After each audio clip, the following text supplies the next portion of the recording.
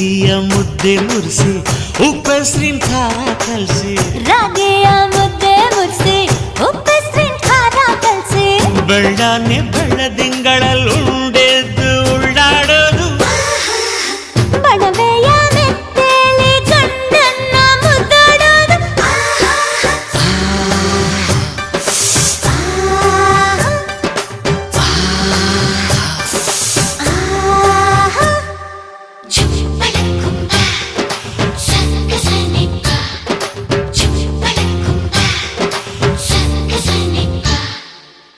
ಪಿಂಡಿಯ ಬೆಲ್ಲ ಕುಟ್ಟಿ ಹೆಂಚಗಲ ಒಬ್ಬ ತಟ್ಟಿ